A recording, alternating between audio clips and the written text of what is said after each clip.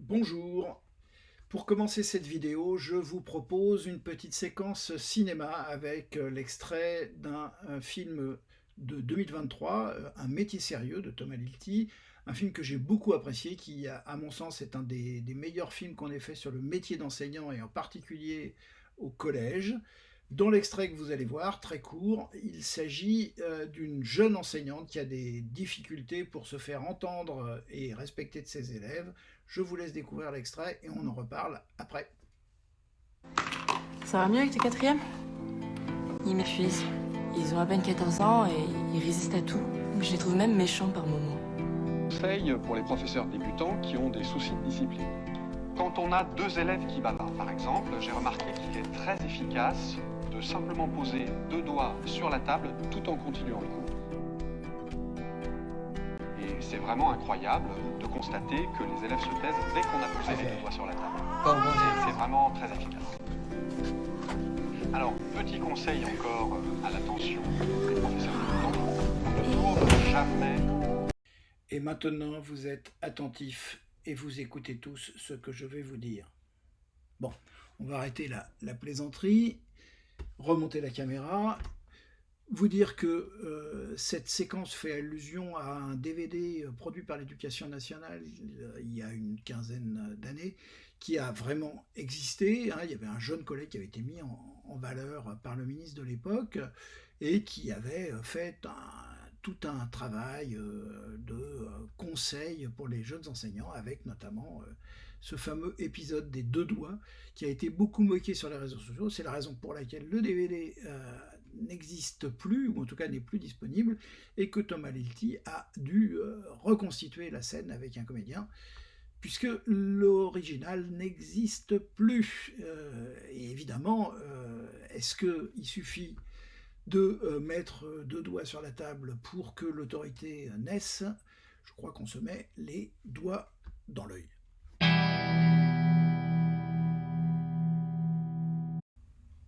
Notons quand même que cette séquence vidéo, ce DVD sur l'autorité d'il y a 15-20 ans, insiste sur un point qui est quand même essentiel et qu'il faut réaffirmer, c'est que avoir de l'autorité, gérer une classe, ça s'apprend, c'est pas quelque chose d'inné, bien loin de ce préjugé souvent répandu et qu'on entend encore dans les repas de famille, du genre ah mais l'autorité on l'a ou on l'a pas, voilà c'est comme ça, il y a des gens qui ont du charisme, d'autres pas.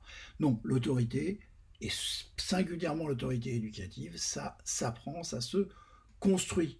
Et l'emprise, l'idée que on aurait un charme qui ferait que les élèves vous écoutent, c'est bien gentil, mais c'est pas comme ça qu'on construit une relation éducative durable.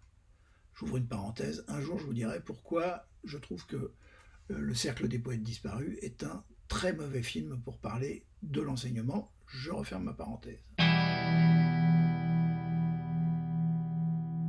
Si j'ai choisi de parler de l'autorité dans les premières vidéos de mon projet blog plus chaîne vidéo TeachNock, c'est bien sûr parce que ça correspond à une de vos préoccupations majeures, à vous enseignants.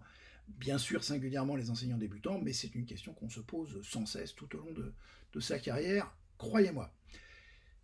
J'ai envie aussi d'aller un petit peu à l'encontre de ces idées préconçues qu'on trouve très souvent dans la presse sur la crise de l'autorité, sur la nécessité de restaurer l'autorité. Alors c'est un discours qui est finalement très éloigné des pratiques réelles des enseignants et qui est finalement assez insultant pour eux. Alors nous, on va sortir de ces débats un peu biaisés, un peu nauséabonds, et on va essayer de se doter de définitions et d'outils, de concepts pour penser notre métier et penser le moyen de bien assurer cette autorité que je traite depuis tout à l'heure. Alors, je suis allé chercher une définition dans un manuel de sciences politiques. La définition, la voici. L'autorité, c'est le pouvoir d'obtenir, sans recours à la contrainte physique, un certain comportement de la part de ceux qui lui sont soumis. J'en ai trouvé une autre, Gérard Mandel, 1971. L'autorité, c'est le pouvoir d'obtenir quelque chose de l'autre sans avoir à se justifier et sans le recours à la force. Alors, dans la deuxième définition, on dit sans avoir à justifier. Ça se discute, parce que quand on pose un cadre, quand on pose des règles, c'est quand même important que les élèves puissent les comprendre et y adhérer plutôt que celles-ci leur soient imposées uniquement par la force. Mais c'est un débat, on y reviendra éventuellement à un autre moment, lorsqu'on reviendra sur ces questions. L'autre aspect, c'est qu'évidemment, on ne peut pas recourir à la force. On ne peut pas, on ne doit pas, évidemment, instituer une relation éducative uniquement sur la contrainte et sur la force. Ça ne peut pas marcher de manière durable. Alors, si on veut aller un peu plus loin sur la réflexion sur l'autorité éducative, on peut se servir de la typologie proposée par un enseignant et un chercheur qui a beaucoup travaillé sur cette question, qui s'appelle Bruno Robs. Alors Bruno Robs, pour définir les dimensions de l'autorité éducative, il propose 3 verbes. Être l'autorité, avoir de l'autorité et faire autorité. Reprenons ces 3 verbes. Premier verbe, être l'autorité. Ça renvoie à quelque chose d'assez simple et évident.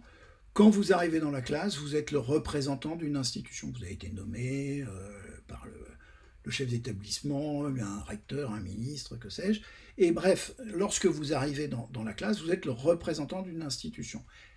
Est-ce que ça suffit pour fonder votre autorité? La réponse est claire, non.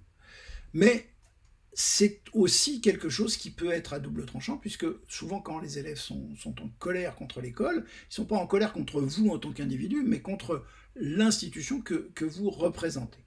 Deuxième dimension, avoir de l'autorité. Alors Bruno Robs, ce qu'il dit par là, c'est quelque chose qui est finalement assez voisin de ce qu'on a vu avec la vidéo tout à l'heure, c'est-à-dire que votre comportement, votre manière d'être, votre ethos, dirait-on si on veut être chic, c'est quelque chose qui participe de l'autorité. Si vous avez confiance en vous, si vous manifestez cette confiance, évidemment les élèves vont le ressentir. En revanche, si vous êtes timide, si vous avez peur et que ça se voit dans votre posture, les élèves vont le ressentir aussi très vite. Alors il y a une part de comédie qui est évidemment très importante. Là-dessus, ce qui va aussi vous donner confiance, c'est quoi? C'est justement la 3e dimension, c'est-à-dire faire autorité. Il faut que les élèves aient une présomption de compétence, pour reprendre l'expression de Michel Serres. Concrètement, ça veut dire que les élèves, ils supposent, et il faut leur donner la preuve, que vous maîtrisez votre sujet, vous maîtrisez les connaissances, et que vous avez aussi les compétences pour les faire apprendre. Que quand vous leur donnez un dispositif, un travail à faire, etc., c'est parce que vous savez très bien où vous allez. Et ça, il faut que les élèves puissent vous faire confiance là-dessus. Donc ces 3 dimensions, elles se complètent, évidemment, mais la plus importante, c'est la 3e dimension, parce que c'est celle-là qui est au cœur même de l'activité d'enseignement. Quand j'enseigne, quand j'éduque un élève, c'est pour lui permettre de s'émanciper, lui permettre de s'élever. Et ça tombe bien, l'étymologie du mot autorité, ça renvoie à 2 éléments, 2 dimensions, qui sont d'une part augmenter et d'autre part autoriser. L'autorité, c'est ce qui permet d'augmenter et c'est ce qui permet d'autoriser aussi l'autre. Et donc, cette autorité-là, c'est bien l'autorité éducative. Est-ce que autorité rime avec sévérité? La sévérité, ça voudrait dire quoi? Ça voudrait dire qu'on est ferme sur les principes, ça me semble indispensable. J'ai parlé tout à l'heure du cadre, il faut que celui-ci soit bien fixé et respecté par les élèves. Et ça veut dire qu'effectivement, notamment au début de l'année, il faut qu'on fasse très attention, parce que les élèves, ils ne sont pas des anges, je ne vous apprends rien, et ils vont évidemment chercher à tester les limites. Et lorsqu'on teste les limites, notre devoir d'adulte, c'est de leur montrer quelles sont ces limites. Après, est-ce qu'il faut rentrer dans une sévérité démesurée? Il y a certains conseils qui sont, par exemple, de dire il ne faut pas sourire avant Noël, never smile before Christmas. Comment dire en anglais? Ça, c'est un petit peu ridicule. Il est clair qu'il vaut mieux desserrer que serrer. C'est-à-dire qu'il vaut mieux avoir installé des règles relativement ferme au départ, plutôt que d'être obligé de resserrer les vis en cours d'année. Bon. Mais l'autorité n'empêche pas la bienveillance, bien au contraire. C'est si l'autorité est bien construite qu'elle peut permettre la bienveillance. La bienveillance, c'est aussi être capable de dire aux élèves, regardez, j'ai confiance en moi, mais j'ai aussi confiance en vous, et c'est ça qui va nous permettre d'avancer ensemble. Donc c'est une relation qui se construit évidemment dans la durée et pas forcément uniquement dans la sévérité. On termine cette vidéo avec un résumé des points principaux. Vous avez compris que le message que je voulais faire passer, c'est que l'autorité, ça se construit, ça s'apprend. Ça, c'est évidemment important. Je rajouterais juste que ça s'apprend et ça se construit mieux collectivement, dans les organismes de formation, bien sûr, mais surtout et avant tout dans les établissements. Quand il y a un climat scolaire favorable dans un établissement, l'autorité est plus facile à exercer dans la classe. C'est évident que lorsque les collègues sont solidaires, eh ben c'est beaucoup plus facile que quand tout le monde travaille dans son coin, dans une solitude qui est un peu délétère. Deuxième aspect, l'autorité naturelle, on vous en parle beaucoup, mais en fait, c'est plus de l'ordre du fantasme, et les dynamiques de séduction, d'emprise qui y sont associées ne sont pas très favorables à la construction d'une autorité éducative et d'une relation éducative durable. Troisième point, ce qui fonde l'autorité, c'est surtout deux éléments qui sont d'une part la compétence, que les élèves présument que vous avez et qu'il va falloir leur prouver, et évidemment aussi la confiance que vous allez avoir parce que vous savez où vous allez, et que les élèves aussi ont confiance en cela dans votre pédagogie, et évidemment la confiance que vous mettez aussi dans les élèves en leur disant qu'ils sont capables de progresser, d'avancer et d'apprendre. Et ça, c'est aussi évidemment essentiel. Dernier point, ce qui est important, c'est évidemment que tout cela se passe dans un cadre qui est bien défini. Et une fois que ce cadre est défini, la sévérité n'est pas forcément la règle absolue pendant toute l'année. Ce qui est important, c'est que ça peut aussi passer par un peu plus de lâcher-prise, un peu plus de bienveillance, et évidemment une connivence même avec les élèves. Et ça, quand ça se passe, c'est formidable, heureusement. Dernier point, et ça résume en fait tout le propos, pourquoi réfléchir à l'autorité? Pourquoi est-ce que c'est si important? Parce qu'évidemment, la classe, le lieu de la classe, c'est là où nous construisons les conditions pour que les élèves puissent apprendre. Au final, tout le reste, c'est du blabla. Ce qui est important, c'est que l'on puisse faire apprendre les élèves. Et c'était ça mon conseil pour cette séance vidéo.